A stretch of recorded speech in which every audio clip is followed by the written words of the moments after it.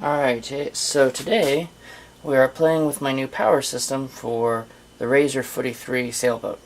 This is also what I'm going to be using in some of my other boats, or at least a similar version of it. So far everything's working. I've tested out everything using a good multimeter.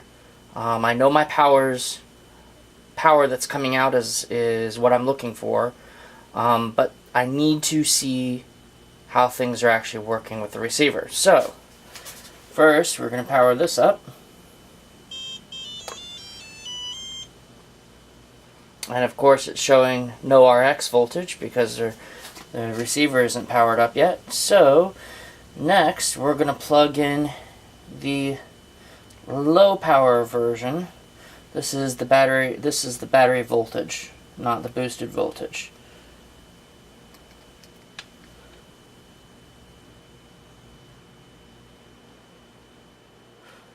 So we're plugged in, and I use a magnet to swipe the reed switch, which activates the latch. It's now beeping and complaining. That's a good sign. Voltage is 3.77, which is, my alarm is set for, I think, 4 volts or So we're going to turn it off.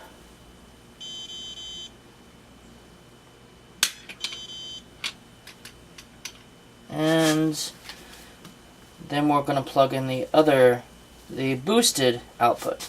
Now, I have tested this multiple times, so I know what my boosted output voltage is, but I have not as of yet plugged it into a receiver.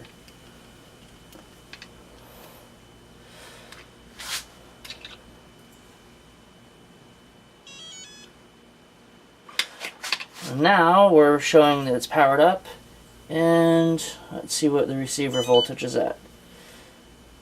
The receiver voltage is at... Oh, that's the wrong screen. Hold on. I actually got to swipe sideways. The receiver voltage is at 6.34, which is pretty close to what I set it for. I think I actually set it for 6.4, but there's easily a little bit of variance between circuits, and that's an acceptable variance. So now we're going to swipe over twice, and we go to the input screen.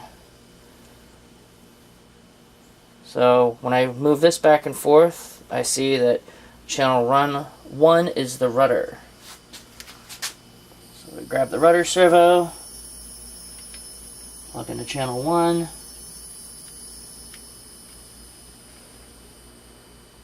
and working. Great. So we grab the sail winch servo, and I'm pretty sure it's channel 3 because that's what's moving with the throttle. So 1, 2, 3.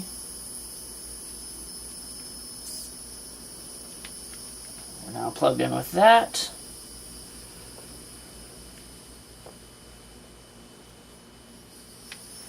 Now, I'm sure you can't hear this, but I am getting just a little bit of chatter in the servo. I'm not sure why. I might need to change the high and low.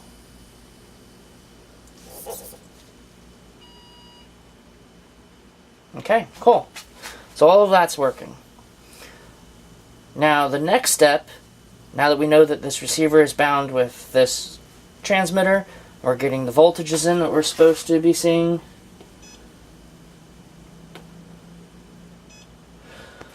So we have 4.99 volts on the transmitter, which is the internal transmitter batteries.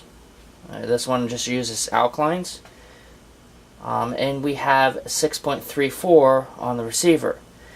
The problem with the 6.34 on the receiver is that's not the actual battery pack voltage.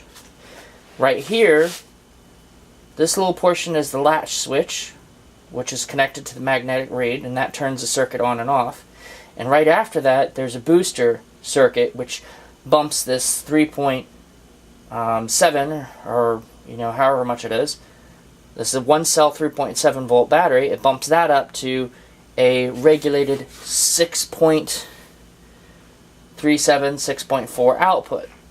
So we're just seeing, the receiver is just seeing the output after the booster. The problem with that number is that doesn't actually tell me what my pack voltage is at. I need to know what this pack voltage is at before I can, put it out on the water and feel reasonably confident that I can get it back. Especially when I'm playing with these really small batteries, and I've got ones even smaller than that, like these Inductrix packs. Especially when I'm playing with really small batteries, I need to have some confidence that I'm not running the pack low. Unfortunately, once this pack gets low, it's going to, I don't know at what voltage it's going to cut this booster out, but it's going to cut it out before I necessarily have run the pack down.